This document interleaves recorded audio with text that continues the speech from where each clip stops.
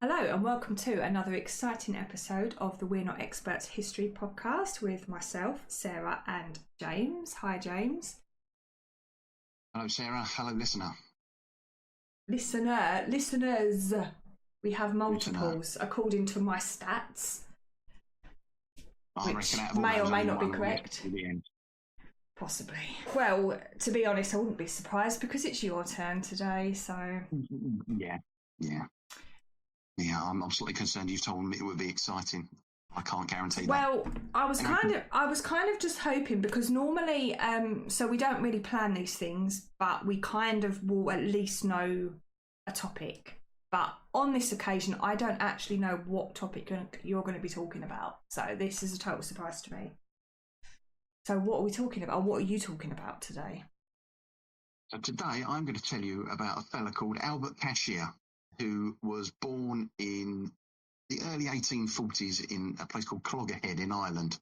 Okay. And like a lot of Irish people of the time, he emigrated to America.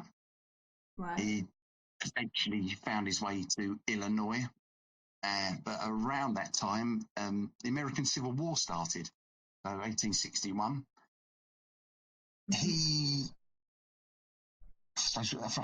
A lot of people would have joined up through patriotism. It's their country. Obviously, he's quite new there. I suppose he might have settled there. He liked the people. He planned to spend the rest of his life there, so he decided he was going to fight for his new country. So on the 6th of August, 1862, he enlisted in the Army of Belvedere, Illinois. He joined Company G of the 95th Illinois Infantry Regiment. Mm-hmm. And it would have been, I imagine, it would have been quite a stark difference when you're already gone from quite a rural community into the army. Because, I mean, you read people's diaries about what they did when they joined the army during the Civil War. Most of it was drill and keeping things clean, and then lots more drill and limited food. And then I think someone described it as drill, more drill, lunch, drill. Sounds fun. It was quite repetitive. Yeah, very repetitive. But it wasn't long before the 95th Illinois Infantry were thrown into battle. And they were actually involved in some quite important, very pivotal and very brutal campaigns during the Civil War. And most of the campaigns were brutal. The casualty rates are absolutely ridiculous. Like 30, 40, 50% death in some battles. They're ridiculously high. His regiment was formed the year he joined, 1862, and wasn't long before they were sent into the Western Theatre of the war. And they were involved in a very key, a strategic objective to gain control of the Mississippi River. And one of the most significant engagements, not just for them, but for the war, was the Siege of Vicksburg in Mississippi. And this lasted from May until July 1863. And it was Confederate stronghold, Vicksburg. And you look at photos, you can see the residents were dug in. They dug into the hills, so they were safe.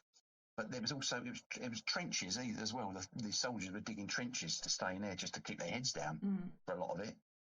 And the 95th Illinois participated in this siege.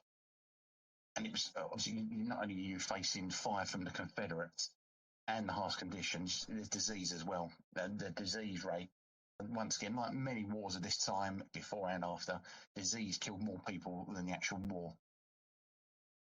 Yeah, now, Albert that makes sense. Yeah, the disease. Infections very and just... Yeah, especially when it's the same with the First World War. You've got people coming from rural settings. They haven't really mingled with anyone outside their own family or outside their own village, and then they're lumped in with people from the cities. So they haven't got the immune system to deal with the disease. And is that the same as the Civil War that it was with the First World War? Obviously, after the First World War, you had the Spanish flu as well. Yeah. Partly caused by this. Yeah. So the Union took Vicksburg, which is very important because if you hold Vicksburg, you hold a very important part of the Mississippi River. And following Vicksburg, they were involved in the campaign of the Red River campaign in Louisiana, which was a very complex campaign, and it was unsuccessful for the Union. They didn't win that one. Later that year, in the 95th Illinois, a part of the forces that confronted a Confederate general called John Bell Hood in Tennessee. Very famous general if you learn about the American Civil War. Which I haven't, unfortunately, but... No, I won't go into it. It's a subject I find absolutely fascinating. Okay. Maybe you can save that for another episode. Considering it was his 1860s, there are thousands of photographs of the people who were involved, all the really important people, and then just the soldiers, the battlefields, the places. Fascinating. I love it. Anyway. Okay. Yeah, so the regiment and Albert were involved in the Battle of Nashville, December 1864, which was a very important Union victory because it crippled Hood's Army of Tennessee. And throughout these campaigns, Albert and his colleagues would have gone through the same hardships and dangers, the disease, the poor diet. Yeah. Unless you could beg or steal food. There's records of one army all but disappearing, but they're just not in contact with anyone. But while they're doing it, they're eating like kings because they're just plundering what they can find as they're battling. But again, as a Civil War soldier, your time would have been split up with very long marches, the poor rations, unless you can steal or beg for decent food, this ever-present threat of disease, which claimed more lives than the actual battles did, and it would have been quite monotonous as well if you were in camp a lot of the time, because you would have been in camp a lot, and you would be doing your drill and cleaning your things and hoping you got more food for days on end, and then all of a sudden there's a battle, and that would have been 2-3 days, and then you're going back to the monotonous life again. With no Minecraft to fill the time. Yeah. What to do? Why not? I don't see why not. I've never seen any record of them doing it, but it doesn't mean to say they didn't. No, they might have done. But obviously the war didn't last forever. It ended with a Union victory. The Confederate states were taken back into the Union. Mm-hmm. Slavery was outlawed, and all the soldiers would have had to go back to their pre-military lives. Not all of them did. Some of them would have stayed on. But that would have been quite a contrast of you've been around these people you've been with for years. They're your friends. They're close friends you've stood next to in battle, and now you've got to go back. As someone said, he went back to do battle with the corn. So basically, he's gone back to a rural life, which is what Albert did. He went back to Illinois and he settled in a community called Saunamin. I believe it's pronounced Saunamin. Okay. And he started to forge a new civilian life, and he built a reputation of being hard-working and quite unassuming man. He'd take on a variety of roles. He demonstrated a very quiet industriousness. I'll say it again, industriousness. He worked as a farmhand, so that was contribute to local agriculture. He served the community as a street lamp lighter, so that would have been quite an essential job to keep the streets lit at night. I would have thought that. I think that'd be quite a good job, actually. You're going, anyway, that's just my OCD. He also would take on odd jobs as a handyman. So he was building a reputation of being someone who was reliable, a very useful member. Even though he wasn't born there, they would have probably seen him as one of their own. He's chosen to move here, and he's shown that he's an integral part of the social fabric of this place. And he was just accepted as a Union veteran, which had carried a lot of weight at the time, especially after the war, probably carrying on into the 20th century. As he was getting older, that would have carried a lot of weight and put a lot of importance. And he, throughout the years, carried on taking part in events for the Grand Army of the Republic, which was quite a prominent fraternal organisation for veterans in the Union Army. And he would attend reunions and parades, and that would have also added to his reputation. He was a proud military man who fought for the Unions, for the country they now lived in. And they just saw him in this place he moved to. He was there for over 40 years. And he would share his home with various families while he was working with them. So there would have been generations of residents that got to know him. That's Albert.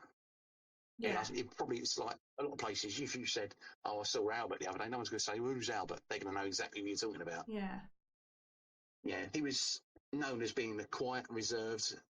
He apparently had a reputation of being kind and dependable, whilst also being slightly eccentric. Right. He was very private. He kept himself to himself. He loved his tobacco. He was known as having a quite distinctive, slightly stooped gait.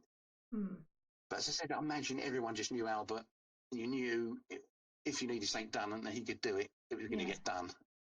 Yeah, he was reliable. But as he got older, he continued with his various occupations. I think chances are when he was working with residents, it would have been the older residents who knew him for a longer time. Yeah. I imagine word of mouth probably helped him quite a lot. But he also remained quite an independent figure. Yeah. He was a small bloke. He only had a small stature, which wasn't unheard of at the time. I suppose diets were simpler then, so you were not getting the same nutrition as we were getting now. Obviously, we don't grow up as much as Al. No. He was known as being stoic and apparently had a certain gruffness, which would have been a characteristic that they would have seen as being someone that had military service. He kept himself to himself generally, apart from when I suppose he was doing his bit locally for the local community or taking part in veteran activities. But as he got older, I assume he's not married or anything like that. No, you haven't mentioned it. No, I didn't think so. You didn't mention it. So yeah, go on. Sorry. No, but I suppose as you get older, you're now moving into the 1900s. He's a living link to this really important part of American history. So there's kids who would have grown up don't remember the Civil War whatsoever. But you've got this person here who the older residents know as Albert, and he fought in the Civil War, and the youngsters would have seen the respect he had for this. Yeah. So in 1910, he had an unfortunate accident.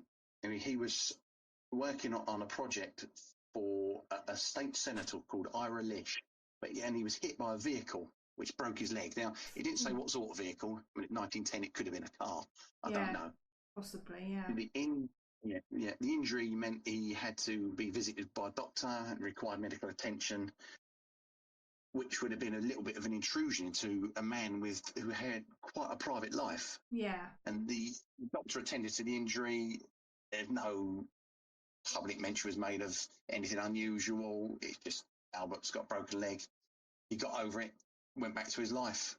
But his health continued to decline in the next few years.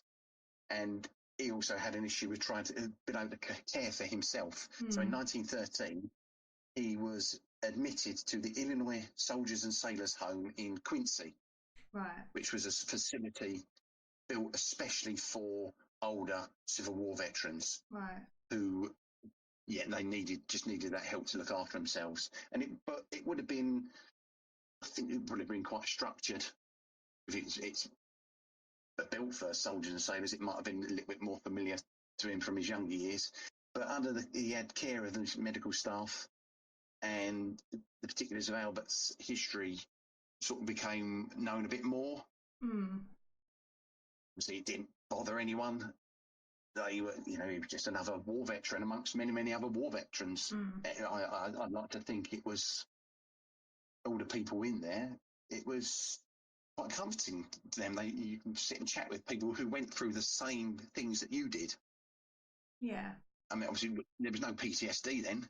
I mean, shell shock was a few years off, so it's probably quite therapeutic for them. But his mental state eventually deteriorated, and in March 1914, it meant he was transferred to the Watertown State Hospital for the insane, as they said then, which was in a place called East Moline in Illinois.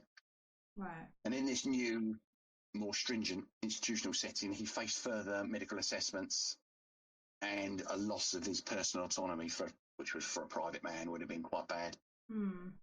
And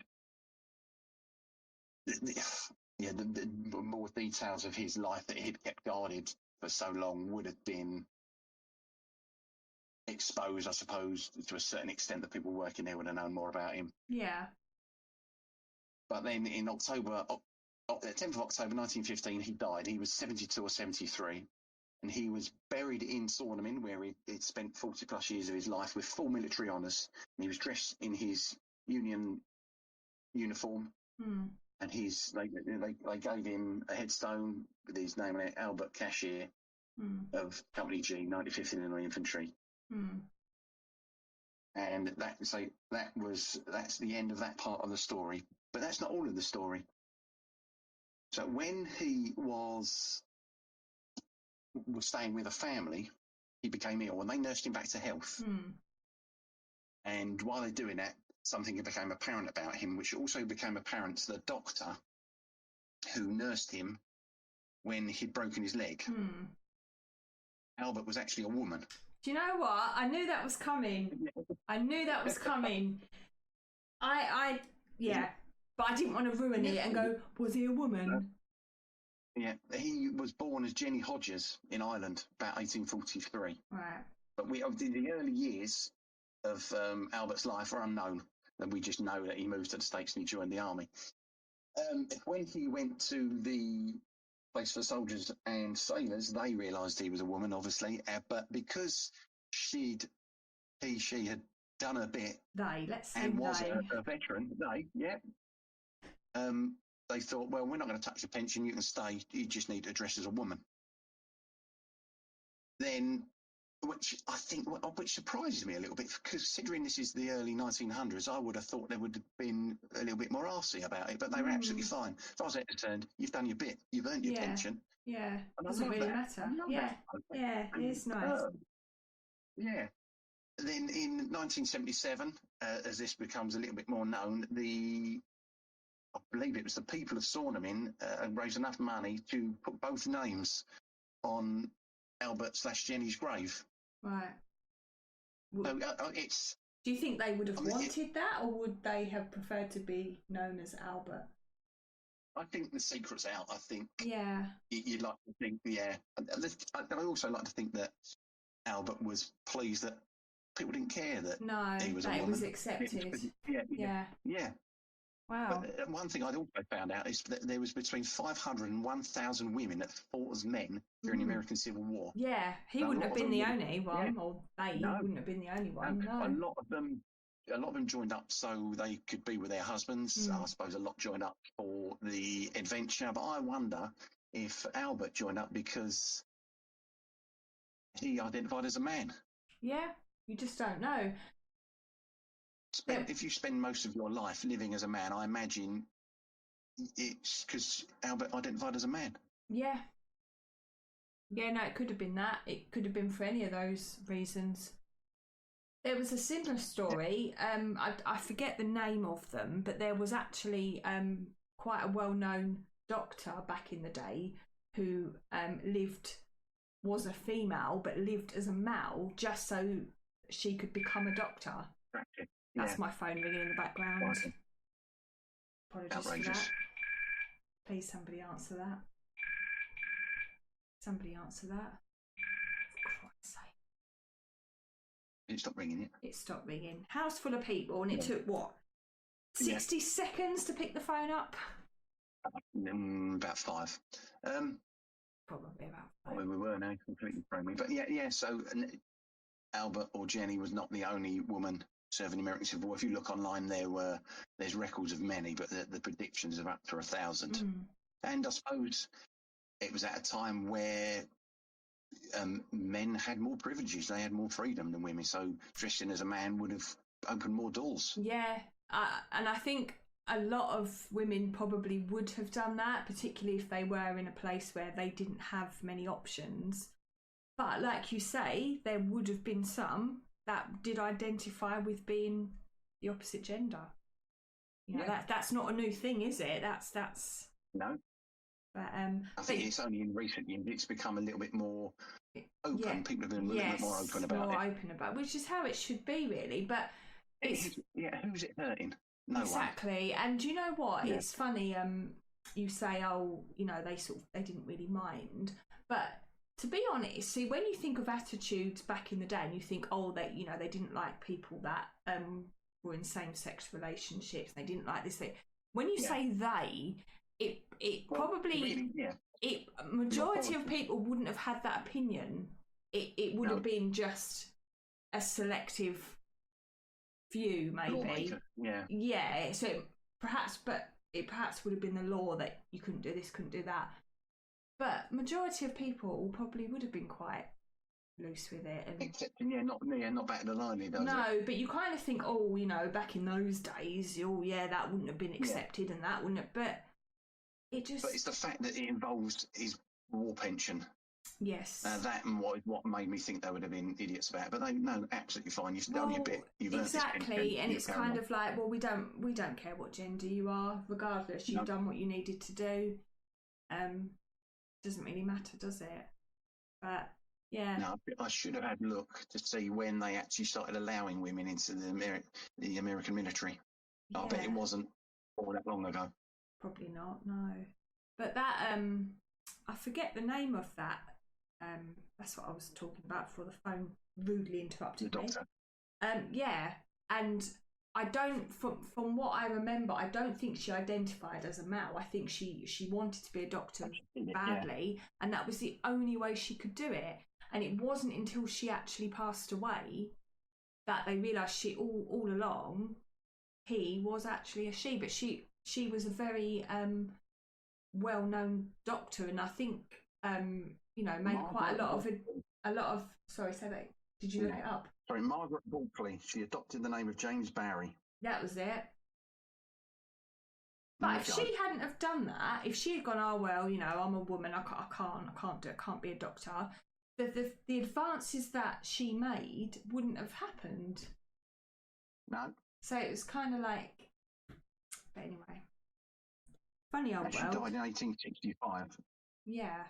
So in and around then, and I think up until that point, she was assumed to be a male, and then it was only after she had died they realised, oh, actually. But yeah, interesting. But yeah, it's funny. I just had a feeling that this was gonna turn out this way. That way, yeah. Particularly when you mentioned the small stature. I thought, well, that's a clue.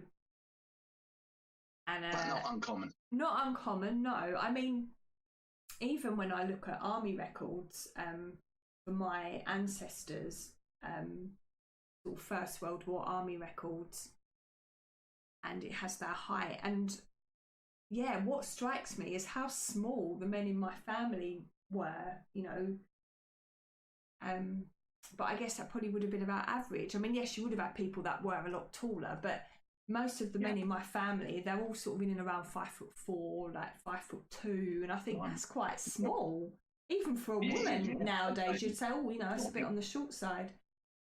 I think height restrictions for the Metropolitan Police in the Victorian era was 5'9". A restriction, or? Yeah, you had to be 5'9" or above, unless. Oh, I was going to say, because wasn't it 6 foot at one point? I don't think it would have been that high. Because that seems tall. That does seem tall. Yeah, well, yeah. For back then, I mean, now it's probably 5'9". Or was it 5'9"? I mean, every now and then they waived it, but yeah. Yeah, I mean, unless they were counting it with the hat, with the tall hat. If you were 6 foot with the hat on. The custodian. It's called custodian's helmet. What's it called? Custodians. Why do they wear those? We're going off track, but you should know this. This is another episode. I already know. Yeah, so once upon a time, they would have been flat, and the room was that you could stand on it to look over walls. But they're also quite hard. So if someone smashes you over the head and you're wearing one of them, that will take the blow. Right. No, I get. Also, yeah. Yeah, I think also if you wear it properly, it makes you're meant to pull it down, so it just covers your eyes and it makes you stand up properly, so you stand up straight. Right. So it wasn't There you go. okay. No, I understand having a sort of a helmet type thing on to protect their head. It's just the fact it's so tall. You know, like the soldiers. Why do? Anyway, we won't go into that. Right. But why? That's another episode you can do. Well, I'm not doing that. I've got too many on my list. But well, more than me. No. To be fair, no, I'm nowhere near caught up to where you're at. But I did have a laptop malfunction recently, so I do have an excuse to be quite a lot behind. What was your excuse before that? Just busy doing family history research and not podcast research. But well, that was interesting, and yeah, even though I kind of figured it out, it was still a bit of a surprise because I knew there'd be something, and I was thinking, okay, there's going to be a twist. There's going to be something about this person, and I was thinking the woman thing, but I didn't want to blurt it out and completely ruin your podcast because can you imagine? Yeah, would have just killed the vibe. But thank you anyway, and thank you for listening, and we hope you enjoyed the podcast. But just remember, we're not experts, we're just two amateurs muddling through history.